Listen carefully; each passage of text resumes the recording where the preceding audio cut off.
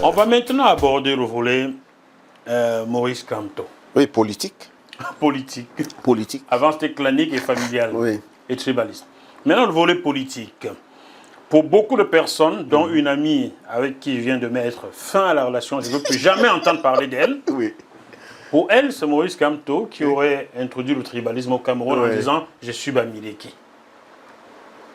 Peux-tu expliquer à cette personne qui va certainement regarder cette émission pourquoi Maurice Kamto a dit « Je suis Bamileke ». Non, avant d'expliquer, je voudrais quand même resituer le contexte, hein, parce que, bon, Maurice Kamto, on l'a reçu ici 5 heures de temps dans une émission. Ce qui a dérangé à Yaoundé. Mais je ne veux pas qu'on pense que, en abordant ce volet politique, nous sommes là pour accabler certains et innocenter d'autres. Du tout. On était devant un conseil, devant le contentieux électoral devant le Conseil constitutionnel, où un des membres du gouvernement, Grégoire Auna, essayait d'acculer Maurice Kamto en disant que les accusations brandies par Maurice Kamto étaient des accusations de nature clanique, tribaliste, et Maurice Kamto essayait de se défendre en disant « mais moi je suis devant une instance juridique, judiciaire, la plus haute instance judiciaire, juridique. Si je pouvais faire prouver, qu'est-ce que vous voulez que je fasse d'autre à part dire que je suis Camerounais? Si je pouvais même passer un concours pour être Boulou, Etoun, Bami ou Bafia, il aurait pu continuer. Je le passerai pour vous montrer mon attachement viscéral à ce pays. L'exercice que je fais est un exercice de républicain et non tribal. Donc, c'est pourquoi je resitue le cadre. Que les gens édulcorent ça et commencent à en parler en disant, vous voyez, c'est à ce moment-là que Maurice Kamto a introduit l'élément tribal dans le débat politique camerounais, c'est franchement malhonnête. Nous avons parlé ici, avant d'aborder ce sujet. On a déjà parlé, on a déjà parlé comment les choses ont comment le tribalisme est intrinsèquement lié au fonctionnement du régime et comment il use de l'arme du tribalisme pour acculer ses opposants, comme il le fait avec Maurice Kamto maintenant. Comme il a le fait avant avec John Fundi, ainsi de suite. Parce que pour le régime, il faut réduire l'opposition à la portion tribale. C'est-à-dire reproduire en face ce qu'on... Oui, exactement. Ce qu'on use. Ce qu'on use. Dans son propre bord. Oui, c'est en fait ça. À la portion tribale. Et c'est pourquoi, moi, les gens ne comprennent pas souvent parfois mes sorties par rapport à une frange, je dirais, extrémiste du MRC, parce que je ne veux pas qu'ils reproduisent, qu'ils se laissent piéger. Piéger, oui. Comme l'a été le SDF, en fait. Et d'autres partis, hein. Tu as vu ce qu'est devenu l'UPC. L'UNDP. L'UDC. Sont devenus des partis du village. Et nous avons tous souscrit, sans être du MRC, sans être sympathisant du MRC, sans même être membre du MRC, je lis en toute objectivité la politique camerounaise. Et moi, le projet que défendait Maurice Kamto, je l'ai salué, je l'ai admiré, je l'ai dit. On la salue ici tous les deux. Je l'ai dit. Et ça me fait toujours... J'ai toujours une certaine difficulté à voir des militants, des sympathisants, vouloir le ramener à une logique d'affrontement ethno-tribal avec le RDPC. C'est complètement rentré dans le jeu de ce parti-là, qui consiste à vouloir acculer à Maurice Kamto, à être vu que comme un Bamileke, que comme un ressortissant. Et pas comme un homme politique. Et pas comme un homme politique. C'est ça que je veux dire. Et les gens ont souvent du mal à me comprendre là-dedans. Alors, je vais le dire, je suis Bamileke. Je dis souvent, je suis franco-bamileke, ça dérange beaucoup à Yaoundé. Je le redis, je suis franco-bamileke, Maurice Kamto est bamileke. Je fustige les gens qui, au MRC, se comportent comme si vous étiez au village. Et il y en a. Vous avez constaté que JMTV+ ne va plus du tout couvrir les événements du MRC. Même invité, je n'y vais pas, parce que je ne peux pas accepter qu'on fasse d'une lutte républicaine une lutte du village. Ceux qui veulent des titres allez donner l'argent à Mars pour Kamabaham, vous prenez des titres de notabilité au village. Mais le MRC, ce n'est pas la chefferie, c'est la politique, c'est national, c'est pas tribal, c'est pas villageoise. Voilà pourquoi je ne les suis plus, je ne vais plus les suivre. Certains d'entre eux, le ménage a commencé. Avec la sortie de président de Mamadou Mota, le ménage a un peu commencé. Donc, mais franchement, poursuivez. donc Voilà. franchement, à titre honnêtement et factuellement, dire que Maurice Kamto a introduit l'élément tribal dans le débat politique camerounais, le débat public camerounais, c'est malhonnête. Et totalement faux. Et totalement faux, parce que les Mononjana parlaient déjà Ah de bah, la tribu. Hubert Mononjana, voilà. Soyons honnêtes. Joseph Ouna. Joseph Ouna parlait de la tribu. Anglo-Bami, en 1991. Et quand il parlait vraiment de ça, c'était dans une logique tribaliste, sectaire. C'était pas dans la même physionomie, dans le même contexte que Maurice Kamto a fait cette précision devant le juge constitutionnel. Il faut que les gens ressortent ces vidéos pour comprendre ce que je veux dire. Parce que je voulais me remettre le contexte. Ça ne veut pas dire que j'adhère à tous les idéaux de Maurice Kamto. Quand Dieu seul sait, quand je ne suis pas d'accord, je l'écris. Je le dis. On l'a eu ici, on a eu un débat à bâton rompu. On l'a dit. Mais simplement, je ne veux pas que pour une fois qu'on peut avoir une alternative crédible après les déceptions qu'on a eues avec Fundi et les autres, celle-là soit encore réduite à une dimension tribale. Ça ne sert personne, ça ne sert pas le Cameroun que nous voulons. Ce Cameroun-là, toi et moi, peut-être nous n'en profiterons pas. On se bat pour que les jeunes générations, ceux qui viendront après nous, aient un pays, celui qu'on a connu. Tout à fait. C'est tout. En effet. Je ne savais pas, André Wonki, tu as connu Monseigneur André Wonki? Oui, tu étais déjà ici en Europe. J'étais déjà en Europe, mais je connais les difficultés qu'il a eues. Oui. Est-ce que les difficultés de Maurice Kamto sont différentes de celles que Wonki a connues à Yaoundé? Peut-être proportionnellement parlant. Proportionnellement parlant, ce n'est pas du même ordre. Maurice Kamto est un peu au-dessus, mais il a connu quand même des choses qui n'étaient pas bonnes. Soyons honnêtes. Wonki, chrétien, n'a jamais été voulu à Yaoundé parce que Bamileke. Jusqu'à sa mort, il a quand même pas connu des choses. Bon. Pourtant, c'était du christianisme au nom de Jésus. Oui, moi je veux vraiment qu'on situe la question politique au niveau du débat d'idées. Qu'on laisse la question tribale de côté. Et on ne va même pas faire, moi je le dis toujours aux gens, même quand je vois les gens, quand ils analysent, je disais, les vidéos qui sortent du Cameroun, on analyse un rassemblement Place République en fonction des ressortissants d'eux. Et j'ai envie de dire là quand même, comment ils ont fait pour savoir que ceux qui étaient Place République étaient de telle région, de telle autre. Comment ils ont fait? Et quand bien même ils auraient, c'est la même. J'ai renversé la chose à l'envers dernièrement sur un post que quelqu'un avait posté sur une manifestation à Ebolova, en disant c'était les Ndongo, les Assam et tout ça. J'ai dit, qu'est-ce que tu en sais? Tu parles de qui là? De Wilfried? Oui. Qu'est-ce que tu en sais? Wilfried, c'est quoi ton histoire des Ndongo, des machins là? Non, mais nous avons tous ces moments-là. J'apprécie beaucoup Wilfried. Mais pour dire que ce pays est très complexe. Parce que même à Ebolova, tu vas trouver des Fokam, mais qui ne sont pas autochtones. Mais qui ne sont pas. Non, ils sont allogés. Non, c'est Joseph Ouna. C'est Joseph Ouna qui dit qu'ils ne sont pas autochtones. Mais pour un type qui est dans mon village, il ne va pas lui dire que il ne peut pas être maire dans ton village. Non, c'est ce que je te dis. J'essaie donc de dire les choses comme elles sont. Je dirais même... Je vais donner un exemple. Quand je croise, par exemple, quelqu'un comme Boris Berthold, que nous connaissons tous, tu penses que dans ma tête, franchement, toi qui me connais, Boris Berthold est de l'Ouest. Ce gars, c'est un boulot. Boris Berthold, c'est un boulot. Il n'a rien à voir avec Bamileke, lui. Non, c'est juste pour te dire. Hey, Berthold, salut, gars. Petit frère, il faut... Salut, il ne faut pas fâcher. Peut-être chez d'autres, le cerveau évolue différemment. Moi, je ne sais pas. Le premier réflexe que j'ai avec Boris Berthold, c'est qu'on parle en boulot. Vous parlez en boulot. Il ne sait pas dire un mot de Bamileke. Et moi, qui serais-je, moi, même si j'étais de Sanglima, pour aller dire à Boris Berthold, tu n'es pas d'ici.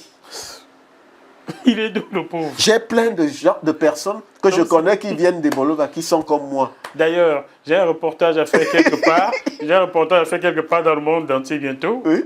Vous allez voir que ce jeune gars s'appelle Ndongo. Oui.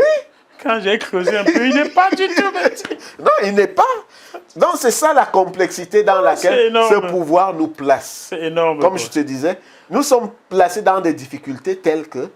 et il faut avoir un sens assez élevé du débat et de la question pour ne pas tomber dans ces travers. Mets-toi à la place du paysan lambda qu'on manipule comme ça. Tu as des ménages qui se défont. Tu as des familles qui se défont à cause de cette rhétorique ethno-tribale attisée par le pouvoir. Attisé par le pouvoir de Yaoundé. Oui, il faut dire les choses. Il faut dire les Donc choses. c'est pas Maurice Kamto qui a attisé Non, comme ça. Maurice Kamto n'a pas attisé. Moi, je n'ai jamais vu écrit par Maurice Kamto ce que j'ai vu écrit, que je vois écrit dans les réseaux sociaux par Onangini, par exemple. Ah, le danseur, là. Ou ce que j'ai relevé dernièrement du professeur Abbé, comment il s'appelle, Abbé. C'est pas des choses. Il a dit ça à la télévision. Oui.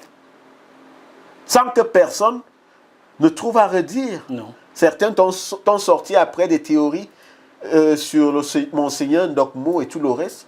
Mais personne n'a rien dit sur les inepties que sortait ce professeur. Ils sont retournés 60 ans après pour chercher un dormo. Je te dis que... Et ça, ce sont des choses qu'on doit condamner, qu'on doit avoir le courage. Et c'est le reproche que je fais à un certain nombre de ressortissants du Sud de ne pas assez parler, de ne pas assez mettre le doigt quand il faut le mettre. Joël, je comprends que les gens veulent conserver leurs privilèges, leurs avantages, mais ce Cameroun doit nous survivre. Mais Joël, je ne vais pas condamner toute l'élite du Sud. Non. Et il y en a qui veulent s'exprimer, mais comme ils ont un son dissonant, on ne leur donne pas la parole. Donc vous, du Sud, qui voulez vous exprimer, on ne vous donne pas la parole au Cameroun. www.jmtvplus.com, vous me contactez. Ici, tout le monde a droit à la parole, même le chien. Oui. Vous me contactez. Il faut le dire, et c'est de la même façon, je le dirais à l'égard de ceux qui viennent de l'Ouest ou du Nord-Ouest ou du Nord. Quand il y a ce type de dérapage, de très vite dénoncer.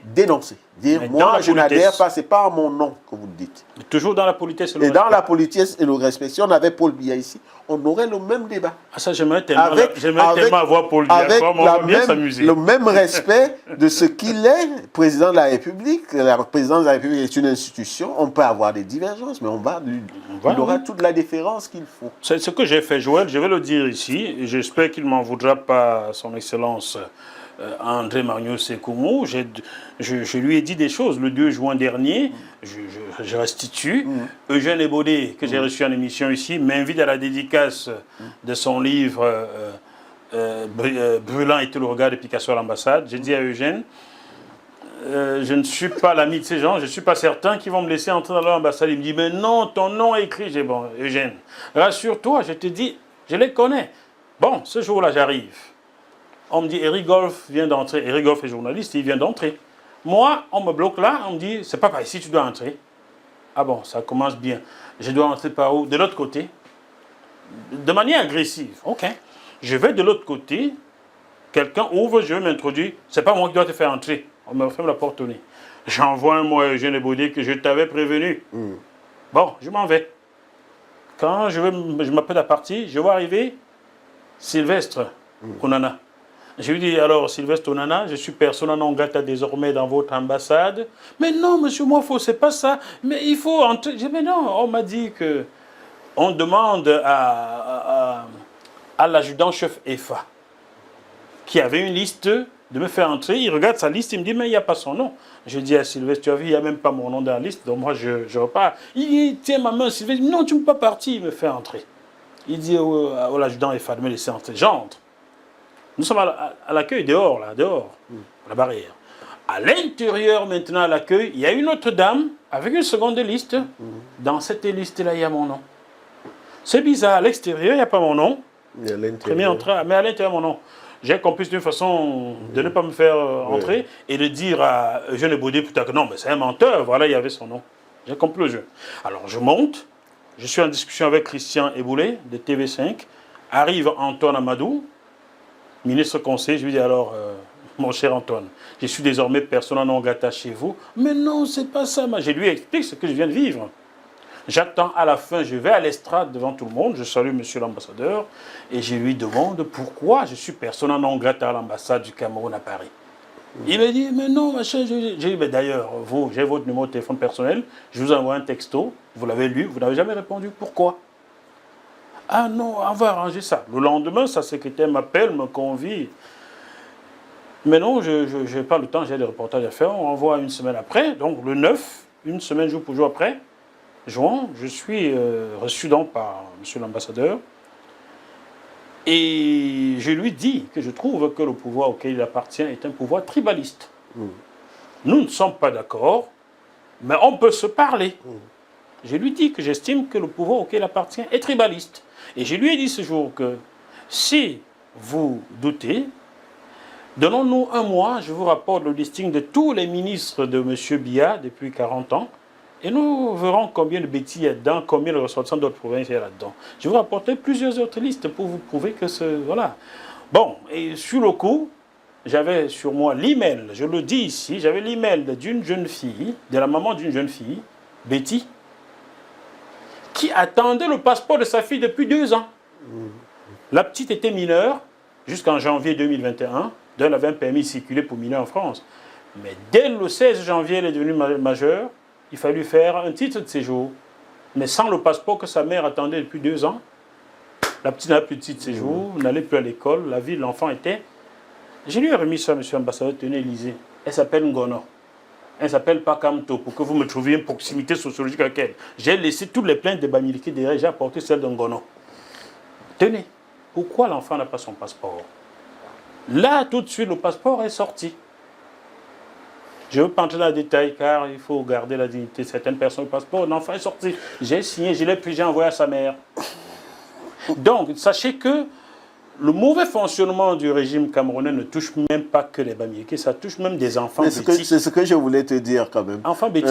Il faut savoir que moi, à titre personnel, les ambassades du Cameroun, parce que je n'ai pas vécu qu'en France, j'ai vécu aux États-Unis, les ambassades du Cameroun, je ne les ai jamais fréquentées. Je ne les ai jamais fréquentés, y compris quand mon père était encore dans ce sérail-là, parce que je ne veux pas le mélange des genres. Quand dans une ambassade, je rentre, nous vivons en France et que les gens parlent la langue, Aïe, aïe, aïe. moi je ne suis pas tranquille avec ça. Moi non plus.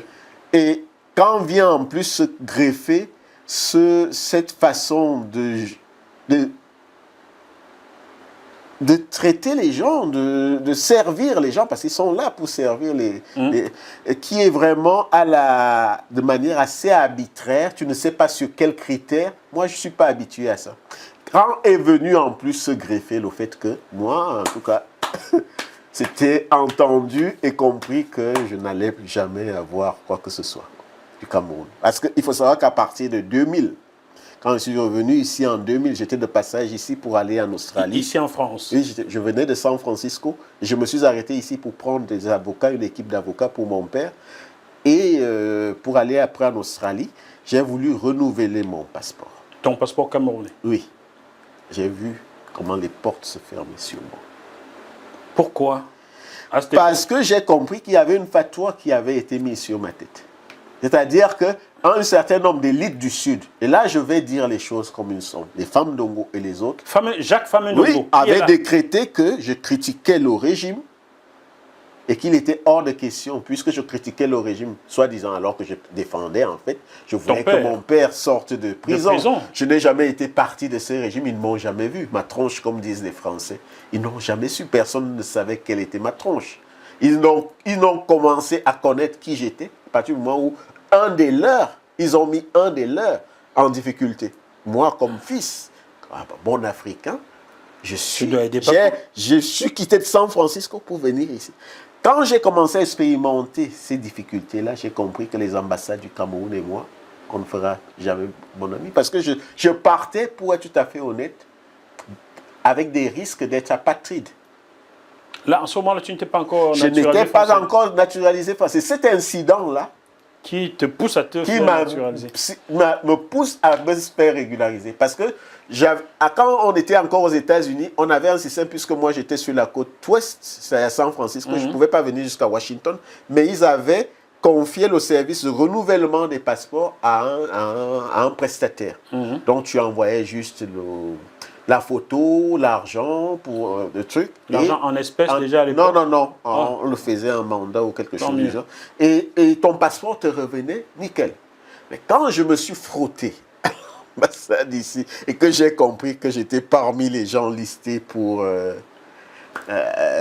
comme on dit, ce que notre ami Nganan a eu, j'ai compris que c'était foutu pour moi.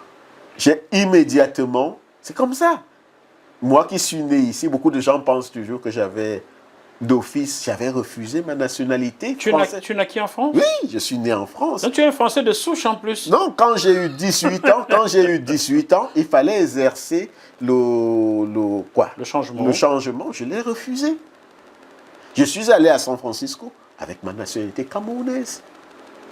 C'est cet incident-là qui précipite ma prise de conscience. Et après, je me dis, tant mieux qu'ils aient fait ça. Parce que tu m'imagines, je suis allé dans le Pacifique, en Australie où je vivais. Il n'y avait pas d'ambassade du Cameroun. La seule ambassade de proximité, c'était à Tokyo, au Japon. Au Japon, oui. Vu déjà l'accueil que j'avais eu à Paris, je ne pense pas qu'au Japon, ils m'auraient renouvelé le passeport. Juste pour te dire que ces difficultés-là ne sont pas parfois relatives simplement à l'origine ethnique ou tribale de la personne. C'est quand le régime t'a ciblé, tu perds tout, en fait. Je vais le dire aussi, vous savez, sur JMTV+, moi, je dis toutes les vérités, je ne reçois que ceux qui parlent, qui disent tout.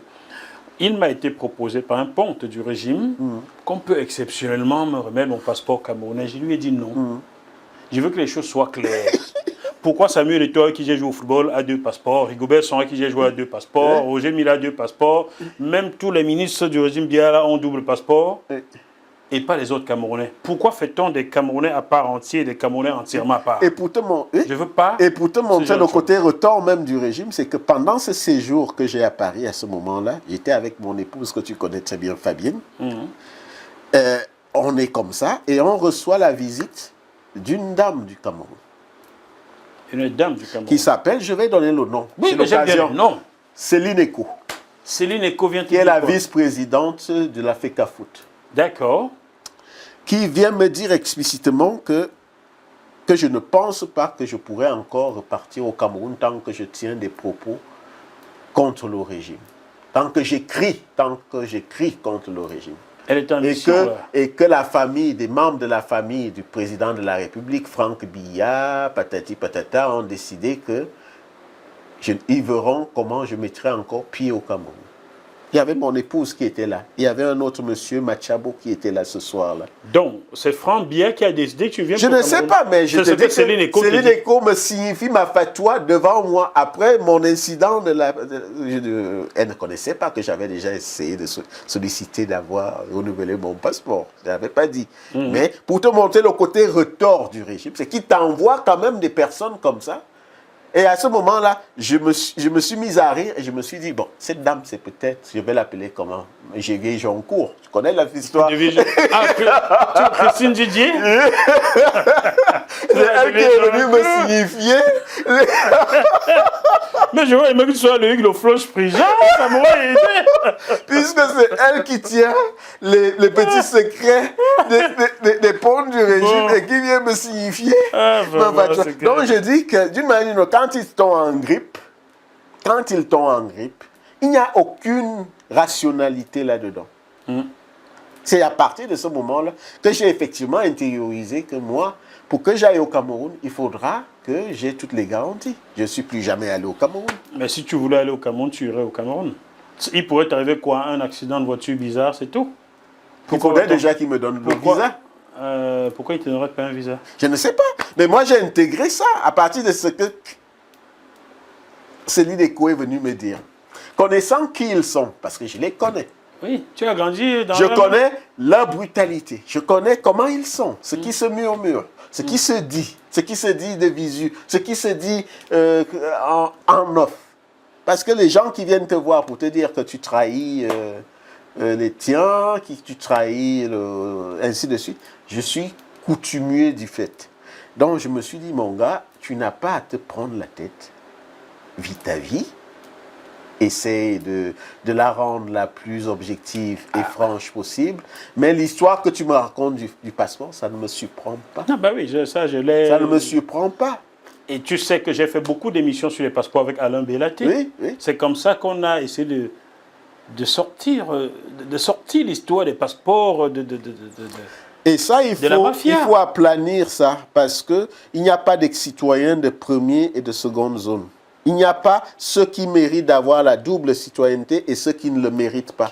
Il n'y a pas ceux qui, derrière, devant, agitent comme Emmanuel, comme il a la nationalité camerounaise en montrant sa carte d'identité, alors que nous savons tous qu'il a sa nationalité française. Tu parles de ce chef d'agence bancaire Il a ici. fait ça à Calibro, j'ai vu une émission. Il faut arrêter avec ce jeu-là. Ouais. Hervé Emmanuel, comme tu es garçon, là, comme des Ivoiriens, il faut venir ici à Paris faire une émission avec moi, dire tes conneries là. Et quoi qu'on puisse dire et ce qu'ils peuvent penser de nous, nous souffrons autant de voir ce pays déstabilisé, raillé, qu'ils peuvent l'être, hein, qu'ils ne pensent pas. Moi, quand je me retrouve par exemple à l'Assemblée nationale dans une table ronde organisée par des députés sur le Cameroun et que j'apprends qu'un député qui dit, vous savez, tel dans la famille, toute la famille présidentielle que vous voyez chez vous, à la nationalité française, oui, ça on nous l'a dit ici. Moi, on me l'a dit. C'est à l'Assemblée que je l'ai su. À l'Assemblée nationale, oui, ça c'est sûr. À l'Assemblée nationale, j'étais invité. Ce jour-là, j'étais avec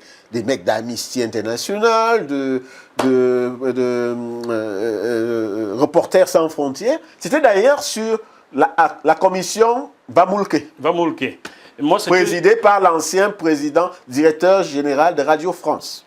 Moi, c'était sur l'affaire Michel Thierry à Tangana. Oui, on s'assoit et le député, l'ex-député macroniste qui est devenu indépendant là, qui défend d'ailleurs assez bien le Cameroun. Je vois du sud de Toulouse là.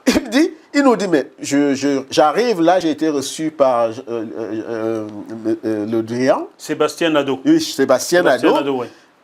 Et là, le Drian et moi, au-delà du fait que j'ai insisté pour Vamoulke, le Drian me dit, mais la famille présidentielle camerounaise, tout le monde est français. Tout le monde est français. Le ministre des Affaires étrangères. Oui, tout le monde est français. Ça, et quand tu sors de là, tu arrives dans les réseaux sociaux, tu arrives dans les médias du Cameroun, comment on vilipende, on stigmatise tous les autres Camerounais qui sont à l'étranger. C'est tout ce qu'on dit de mal sur tous ceux qui possèdent la double nationalité. Ceux qui osent manifester, ça devient des étrangers. Ce ne sont plus des Camerounais. Ça devient des étrangers. Tu te dis, mais arrêtez. Et quand je dis que je suis franco-bamileke, on me tire dessus. Oui. Vous ne voulez pas que je sois Camerounais, laissez-moi être au moins bamileke. Oui. Comme moi, je peux dire, je suis franco-boulou, franco. Ça n'enlève rien. Tu n'es pas Camerounais. Je suis... Non, il faut aplanir ça. C'est vraiment l'exercice qu'on a entamé là et qu'on aimerait avoir ce débat franc, direct, sans être dans des procès d'intention et dire à ces gens, à tout le monde d'ailleurs, que ce pays mérite de revenir à des bases saines, objectives, avec une évolution au mérite. Et chacun se retrouvera. Au mérite. Joël, je vais aborder cette dernière partie qui me tient à cœur. Car je suis une des victimes. Je l'ai dit à monsieur l'ambassadeur André Manius Ekoumou il y a 1 mois et demi. C'est parce que monsieur Gervais Mendozé, homme du Sud, avait donné des instructions à la radio qu'on ne recrute plus aucun Bamileke que je me retrouve ici aujourd'hui. Si le tribalisme n'existait pas dans ce pays-là, excluant les Bamileke, moi, enfant Bamileke de Mbokada, je ne serais pas là en France. Je ne serais pas journaliste français. C'est le tribalisme qui fait de moi ce que je suis devenu. Et je connais beaucoup d'enfants Bamileke dans le même cas. Prévost Jean Chou, au CHU Sainte-Justine de Montréal, tu as vu le reportage il y a 2 ans. Lui a 17 ans à le bac, mais ne peut pas obtenir un concours au CUS. La même année, on n'accepte que 2 étrangers au concours d'entrée à l'école de médecine à Toulouse. Il est parmi les 2. Donc, le gars a un niveau de loin supérieur. Mais au Cameroun, il était un peu trop bamiliqué. Séverin Kézeux, avec qui tu viens de discuter là, docteur Séverin Kézeux, inventeur du système mobile anti-collision qu'utilise l'armée française et l'armée américaine aujourd'hui. Inventeur de Kézanne. Kézanne Monnaie va bientôt arriver dans vos porte-monnaie. Regardez bien. A connu le même problème quand il obtient son bac. Parce que Bamileke, et il a fallu que son père l'envoie à l'étranger. Beaucoup de parents Bamileke, beaucoup d'enfants Bamileke se retrouvent dans la diaspora aujourd'hui parce que rejetés au Cameroun. Est-ce que tu as un doute là-dessus? Je n'ai pas de doute et je dirais même, j'ai connu la même situation. J'ai toujours condamné cette stigmatisation du Bamileke en général dans les mœurs au Cameroun. Il faut être honnête. De la même manière, il a fallu que j'aille aux États-Unis pour comprendre, avant même le problème anglophone, ce que vivaient les anglophones. Parce que nous, quand les gens disaient dans nos pays, au Cameroun, l'Obamenda, on ne se rend pas compte de la portée stigmatisante, qui rentre dans les têtes, qui avilit l'autre, qui le rabaisse, qui le méprise, qui le rend... en fait, on en fait un sous-homme. Un sous-homme. Un sous-homme. Ça, je ne vais pas... C'est pas de moi que tu commenceras à entendre que ça n'a pas existé, ce n'est pas vrai, c'est faux, tout ce que tu me dis. L'expérience que tu décris là, d'autres m'en ont parlé et elle s'est multipliée. Je suis devant toi. Je te dis, elle s'est multipliée. Mais ce que je veux te dire aussi, c'est que il faut savoir que les Bamileke la vivent à un degré plus élevé. Parce que c'est ancré dans les mœurs depuis tant d'années. Depuis la colonisation. Depuis la colonisation. L'essai française, la colonisation Mais française. il y a un autre phénomène qu'introduit aussi le tribalisme au Cameroun, c'est que dès que quelqu'un a une portion de pouvoir, hein, je te dis, il a tendance à reproduire lui aussi. Imagine, c'est un Bassa qui est à la tête d'une société d'État, comme on parlait tout à l'heure. Quand il va faire la sélection, il va... D'ailleurs, tu le vois dans les partis politiques aujourd'hui. Je ne veux pas être médisant. Moi, je regardais le parti de Cabral Libi l'autre jour. Oh, je ne voulais pas le prononcer. Non, moi, je prononce ce nom-là parce qu'on accable toujours Kamto. Moi, je regardais les cadres de Cabral Libi, en dehors de la députée qui a été... Nouran Foster. Et je suis désolé pour ce qu'il a... Je regardais à peu près, je regarde toujours, j'observe, parce qu'on se connaît entre Camerounais. C'est devenu un truc de la Haute-Sanaga, où je dis que chacun... Pas de Bassar, hein, pas de Haute-Sanaga. Où les gens... J'ai été les Bassins, j'ai été au collège Sacré-Cœur de Macaque. Donc, je connais.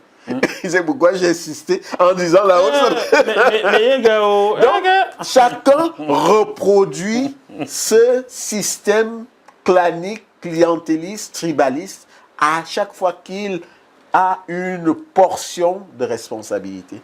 C'est bien, nous sommes en train de dénoncer celui qui est institutionnalisé, qui est l'État.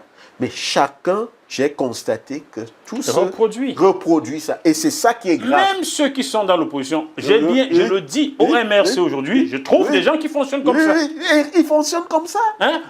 Expliquez-moi, professeur Maurice Kamto, pourquoi tous ceux qui sont à la tête du MRC ici en Occident sont-ils Baham? Pourquoi?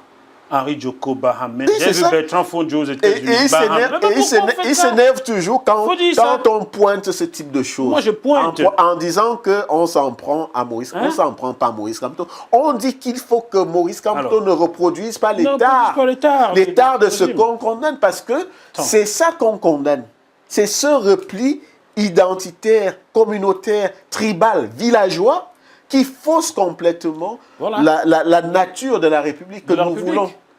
Ce jeu politique. Ça ne veut pas dire que nous ignorons que toi et moi, nous avons des frères, nous avons des sœurs. Si je réussis, il serait tout à fait normal que j'essaie de... Ah ben je vais te demander toi que non, pardon, recrute mon frère, moi je prends le tien ici.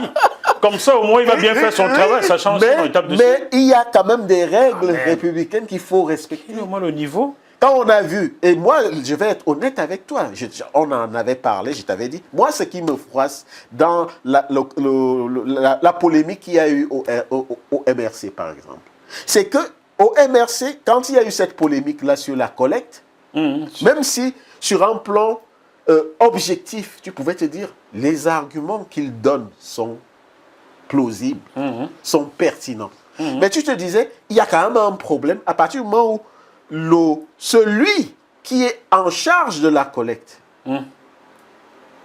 est un proche de Maurice Kamto. Il faut donner son nom. Oui, Henri Djoko, c'est un proche. Il faut donner son nom. C'est un proche. C'est un proche de Maurice Kamto. Ça fausse le débat. Ça fausse le débat. Ça fausse le débat. Ce sont des choses honnêtes qu'on doit dire. Tu parles de ce monsieur qui a une association MRC domiciliaire à son domicile. Oui, il est en même temps le président, le trésorier. C'est tout ça qui crée la confusion. Alors, moi, quand on me le dirait, je dirais oui, il y a un problème. Ben, si c'est au MRC, je suis l'homme à abattre. Mais ce n'est pas, dénoncé cela. Ce n'est pas en vouloir à Maurice Kamto ou en vouloir au MRC de dire ça. C'est dire que vous ne devez pas reproduire l'état qu'on voit se perpétuer avec ce régime et nous voulons en mettre un terme. Un terme. C'est tout. C'est tout. Joël, dis-le aux téléspectateurs. Est-ce que moi, le journaliste, je suis dans mon rôle en dénonçant Mais cela? tu es là actuellement, tu es largement dans ton rôle. Pourquoi faut-il que je dénonce seulement ce qui se passe en mal au RDPC et quand c'est au MRC, je dois me taire? Non. Pourquoi? Non.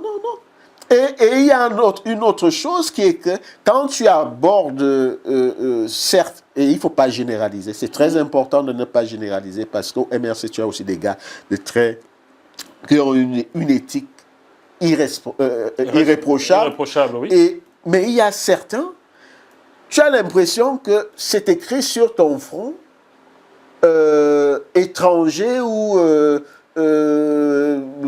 boulou, je ne sais pas quoi, et que tout ce que tu peux dire, c'est relève de la traîtrise. Mais non. Mais non, du tout. Je ne fricote pas avec les gens du MRC du tout. ou du RDPC, je ne les connais même pas. Du tout. Aujourd'hui, quand tu vois mes relations, tu me connais très bien, tu ne verras aucune personne qui vient de près ou de loin.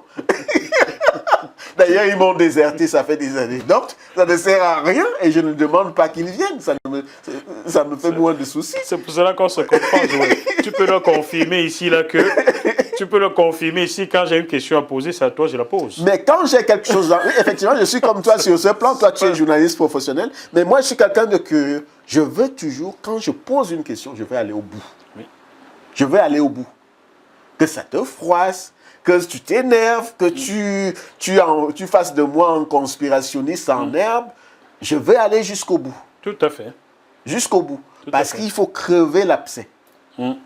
Et que un projet, un idéal comme celui d'un parti qui est comme celui-là ne se retrouve pas dilapidé par des histoires à dormir debout. Des petites histoires de village. Donc voilà, sortez, je le dis encore ici, je suis Bamileke. Sortez le MRC des mains de ce groupuscule villageois là. Hein? Il faut qu'on arrête de mettre à tête du MRC systématiquement un Baham quelque part. Monsieur Maurice Kamto, ce serait bien de veiller à ce changement. Je salue le fait que Richard Nielade, qui est du nord du Cameroun, ait été élu comme régional Canada. Je l'ai reçu en émission parce que j'étais content. Et même soyons honnêtes, s'il nomme quelqu'un qui vient de l'Ouest, y compris de sa famille, que ce soit quelqu'un qui est irréprochable. Pas qu'on retrouve que la personne a été interdit d'exercer des activités commerciales et c'est à lui qu'on confie une collecte. Tu ne sais même pas combien de condamnations il a en France. Et le grand non, je ne veux pas être médisant, ce n'est pas de la médisance de dire ça. Il y a un mélange de genres qu'il faut arrêter. Il faut arrêter.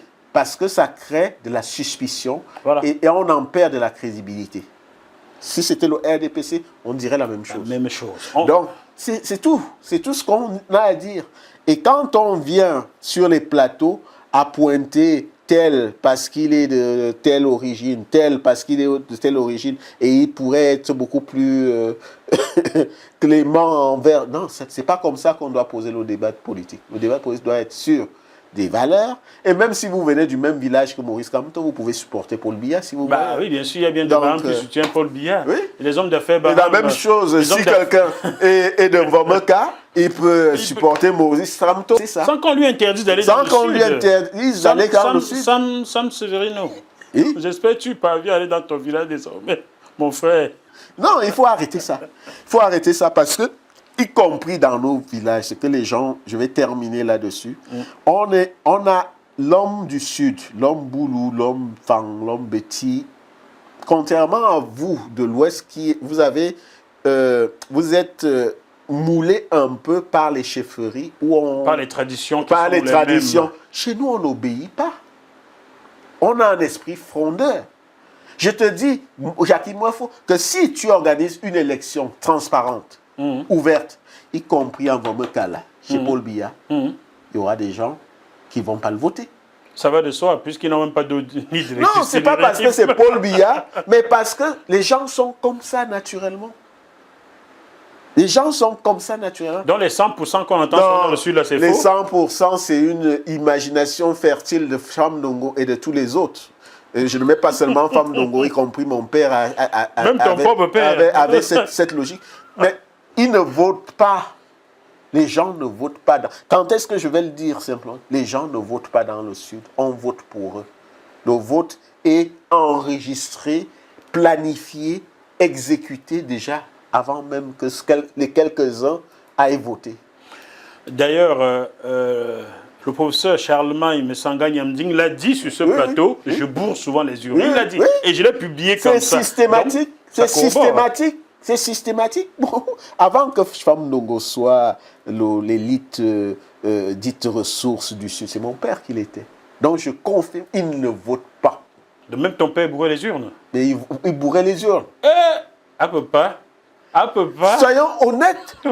Si tu vois les difficultés qu'a eu quelqu'un que j'ai fréquenté à Paris, qui était Abel Eyenga, qui avait un parti d'opposition, Abel Eyenga, qu'on appelait la nationale, et les problèmes qu'il a eu avec par mon père. Ton père lui causait des problèmes? Mais comment? Parce qu'il a osé créer un parti politique. Parce qu'il a créé un parti politique dans le Sud. Tu ne peux pas comprendre le moulage de ces gens. Mais simplement qu'on cesse de dire que le Sud vote à 100%. Le Sud n'a jamais voté pour Biya à 100%. C'est un bourrage systématique, je dirais même systémique des urnes. Après, on les invite peut-être aux beuveries d'après, où on coupe le cou on donne un bœuf et tout ça. Mais les gens ne votent pas. Ou on donne parfois une boîte. Ou une boîte de sardines. Non, je n'ai pas prononcé le nom, c'est le problème. J'ai dit une boîte. Non, il faut resituer, redonner la dignité. Il faut aussi redonner la dignité à ces femmes et à ces hommes. Parce qu'ils n'ont rien à voir là-dedans. Vraiment, c'est terrible. Ils n'ont rien à voir là-dedans. Et c'est là où il faut vraiment dire les choses, que les gens redonnent toute leur dignité à ces personnes-là. Parce qu'ils se retrouvent au cœur ou au milieu de quelque chose qui n'est pas le leur. Bon, mon frère, écrivons un one-man show. On doit faire un one-man show. Parce que ça va faire rire et éduquer les gens. Faisons un one-man show. Parce qu'en plus, il faut quand même être conscient qu'il y a des localités dans le sud. Je ne sais pas à l'ouest si vous n'avez pas ça à l'ouest. Il y a des localités dans le sud où, tu sais, la voiture passe peut-être une fois par semaine. Ou pas du tout. Ou pas du tout. Parce que c'était des pistes cacaoyères avant. Quand l'ONCPB a été fermé, par qui? Par qui on sait. Il faut prononcer. Il y a un certain nombre de petites pistes cacaoyères qui n'étaient plus renouvelées. Les gens, s'ils voient la voiture passer une fois par semaine, ils ont vu. Quand ils voient la voiture, parce que ça doit être des motos. C'est un événement. Oui. C'est un événement. Donc ils vont aller voter. Ils vont voter comment? Voter comment? Voter. Quand on parle de recensement au Cameroun, je dis, est-ce qu'on a vraiment compté? Ça fait depuis 1987 qu'on est 25 millions, ça n'a jamais bougé. On a encore des localités qui sont complètement isolées de tout, et qui sont coupées de la civilisation, comme diraient certains. Et vous aussi, vous les papas là, je ne vous appelle même pas dirigeants. Je préfère vous appeler papa, car je qui vous êtes déjà là. Je suis en train de mourir, vous êtes toujours là. Nous, on devient même déjà des pères, des grands-pères. Vous aussi, quand même. Et au moins un peu honte. Quand même. Non, arrêtez. Sud à 100%, socle granitique. Au nom de qui? Est-ce qu'ils t'ont amené à dire qui t'a désigné comme porte-parole des gens du Sud? Moi, je n'en suis pas. Je ne me sens pas. Je ne suis pas érigé en porte-parole des Boulous. Je ne parle pas en nom des Boulous ici. Je parle à mon nom propre. Oui, donc, arrêtez avec ça. Arrêtez d'embarquer les gens dans votre délire. Bon, je vais titrer cette deuxième partie. Ce n'est pas Kamto qui a amené le tribalisme au Cameroun. Oui. Tu as même dit que c'était Joseph Ouna. Mais je vais dire que ce n'est pas Kamto qui a amené cette... Moi, je n'ai même pas dit Joseph Ouna. Il y a eu d'autres. Il y a eu Joseph Ouna, il y a eu d'autres. J'en ai cité. Hubert Mono-Diana par leur sortie, j'en ai cité. On pourra en sortir. Il y en a plein. Et ils sont tous du Sud. Oui, et le drame dans notre société, c'est que les gens n'archivent pas les choses. Oh, il y en a. Ça, Hubert Mono-Diana, je te connais. Je te connais bien. N'archivent pas. Voilà. Et ils verraient très bien que le procès qu'ils font à Kamto est vraiment de mauvaise foi. Kamto n'est pas sain, il a forcément d'autres défauts, mais pas celui du tribalisme. Trouvez-lui quelque chose d'autre. Pas du tout. Tout sauf le tribalisme. On l'a reçu sur ce plateau. Oui. Il te parlait des mets de chaque région. On parlait du Namgon. Ondo. Est-ce que tu peux le dire? Il faut qu'il revoie l'émission. S'il te plaît, Joël, est-ce que tu peux confirmer aujourd'hui que nous n'avions jamais préparé cette émission? Non, on n'avait jamais préparé. On l'avait jamais vu. Moi, c'était vraiment improvisé. C'était improvisé. Jamais vu. Et on a parlé de tout ça. Et on ne l'a jamais plus revu après. Non. Il a une connaissance parfaite du Cameroun. Parfaite. Du moins de recoin du Cameroun. Et on a parlé du Namgon, du Namondo. De tout. De tout. Et il s'est trompé à un seul endroit. Quand j'ai demandé le prix du litre d'huile pour faire sa sauce de terreau, il ne savait pas. Et c'est le même genre de conversation que je pourrais avoir avec Paul Biya, parce qu'il pourrait aussi avoir les mêmes types de conversations. Quand on rencontre un homme public, ce que les gens oublient souvent, c'est que quand on rencontre un homme public, même ici, on n'enchaîne pas directement sur des questions compliquées. Non, on parle d'abord d'homme à homme sur des choses qui... Donc là, on a eu une conversation avec Maurice Kamto qui aimait le Namgon, le Namondo. Je ne lui ai pas demandé. Tu penses que nos interviews plaisent? Pourquoi? Parce que nous, voilà, c'est une discussion de maison d'abord. Oui? Que chacun comprenne. Et on se connaît franchement au Cameroun. Voilà, on se connaît. Quand tu vois l'autre Camerounais, même si tu es en Chine, j'étais à Brisbane, tu vois un Camerounais, tu sais tout de suite. Bon, le Cameroun, c'est le Cameroun. On va donc arrêter là aujourd'hui pour aujourd'hui. Mais sentez-vous libre de nous contacter www.jmtvplus.com et venez nous parler de votre Cameroun, du tribalisme et d'État au Cameroun. Je suis sûr que beaucoup diront qu'il n'y a pas de tribalisme au Cameroun. C'est leur droit. J'en connais. Je suis sûr que Patrick Niamsi me dira qu'il n'y a pas de tribalisme au Cameroun. Je ne connais pas un seul diplomate. C'est leur droit. Qui me dira qu'il y a du tribalisme au Cameroun. Mais nous, on parle des faits. On parle des faits. Et on essaie à partir des faits pas seulement de dénoncer, d'expliquer et d'essayer de sortir par le haut d'un fléau qui est en train de vouloir complètement paralyser un pays, de le traîner vers le bas et de faire de nous des parias. Alors qu'un Camerounais ne doit pas être un paria pour un autre Camerounais. Bien. C'est tout. Pour ceux qui sont dans les ambassades du Cameroun, dans le monde là, et qui sont en majorité du sud et du centre là. Arrêtez de malmener les Camerounais qui viennent demander un passeport, qui ont un visa, parce qu'ils sont bamilekés. Ce n'est pas votre faute, votre régime que vous soutenez, qu'il y a beaucoup d'enfants bamilekés à l'extérieur. J'en suis l'exemple. Si vous nous maltraitiez pas au Cameroun, si tous les postes à l'ENAM n'étaient pas que pour les bêtises, les boulous, nous ne serions pas de ce côté-ci. Si la méritocratie existait au Cameroun, il n'y aurait pas tant d'enfants bamilekés. C'est la même chose, c'est le même discours que je tenais toujours au début quand commençait la crise anglophone, où les gens découvraient la diaspora anglophone. Je disais, les diasporas anglophones, quand un anglophone partait du Cameroun parce qu'ils n'avaient pas d'opportunité. Aucune opportunité. Et donc, ils se sont installés en Grande-Bretagne, ils se sont installés aux États-Unis, et vous les avez pris à la légère, mais sachez que c'est une diaspora qui est très puissante aux États-Unis. Puissante aujourd'hui.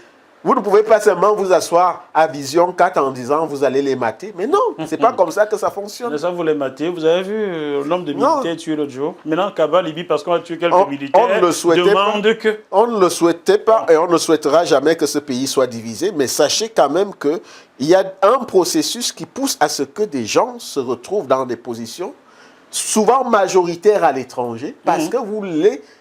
Il y a un problème d'intégration. L'intégration, localement. c'est le problème. C'est Tout tout. l'Ouest, le Grand Ouest, c'est le problème. Oui, c'est le problème. Ça, c'est souscrit par Goba américain. Non, c'est tout le Grand Ouest qui est marginalisé. Et vous ne pourrez pas faire semblant tout dehors. aujourd'hui de constater que la diaspora camerounaise à l'étranger est majoritaire de l'Ouest, non? C'est un processus lent que vous n'avez peut-être pas vu parce que vous êtes le guidon dans le truc, mais c'est un processus. Et régler ce problème-là, sinon ça va vous retomber sur la tête demain. Car nous, ici, on ne va pas rester là à dormir, être interdit, Joël et moi, on ne va pas être interdit d'aller manger nos beignets haricots à Yaoundé. Longtemps, non. On les mange à Château-Rouge, où est le problème? Mais ce n'est pas avec l'eau du pays. Bon, Patrice Ganan, toi aussi, là, arrête tes histoires que boulot. Tu as compris? Laisse Patrice. Est-ce que tu as compris, Ganan? Je vais t'envoyer ça. Il faut arrêter tes histoires que boulot, là. Arrête ça. C'est pas, tu n'es pas... Tu te trompes de combat. Non, honnêtement, ce n'est pas se tromper de combat. Il est libre d'avoir une approche dans son... d'argumenter à sa manière. Moi, ça ne me choque pas qu'il dise ça. Parce qu'il part, il argumente, il décrit des faits. Il faut quand même aussi lire Patrice Nganan. Je ne peux pas balayer d'un revers de la main en disant tout ce qu'il dit est faux. Ce que je dénonce chez lui, c'est la stigmatisation. La stigmatisation du boulot. D'un groupe ethnique. Non, ça ne se fait pas. Bon. Il nous a dit, je lui ai posé la question ici le 1er septembre 2018, il m'a dit que pour lui, le boulot, c'est toute personne qui collabore avec le régime. Oui. Donc même Miel Djipendi et boulot. Il m'a dit aussi ça. Même Atanganji et boulot. Je lui ai dit, écoute, son épouse est boulot, tu sais. Il ne savait pas. Non. Tu vois, tu as vu, Patrice? C'est sexuellement transmissible pour Atanganji. Je me disais, au fond, si ce Cameroun va bien, un jour je vais prendre Patrice et dire allons chez moi. Allons chez moi. Ben on ira, Patrice. Tu es le frère. Tu vas arrêter tes conneries. D'ailleurs, tu reviens à Paris, il faut que tu viennes ici, on va manger encore ensemble. Mais tu arrêtes. Si tu dis boulot une fois, je te mets une amende. Donc, tu prends ton chéquier. Chaque fois que tu dis boulot, tu me signes un chèque de $10. Voilà ça, comme ça. Bon, Joël, on s'est bien amusé. J'espère que ces téléspectateurs, vous avez compris. Et à bientôt. Voilà, on se retrouve bientôt sur cette même chaîne. On peut parler comme ça à bâton rompu, comme si c'était une discussion sous l'arbre avec du bon vin de palme. Hein, Madine Mayoc. Voilà, on fait comme ça. À bientôt. On est ensemble. Je vous verrai. Bye bye.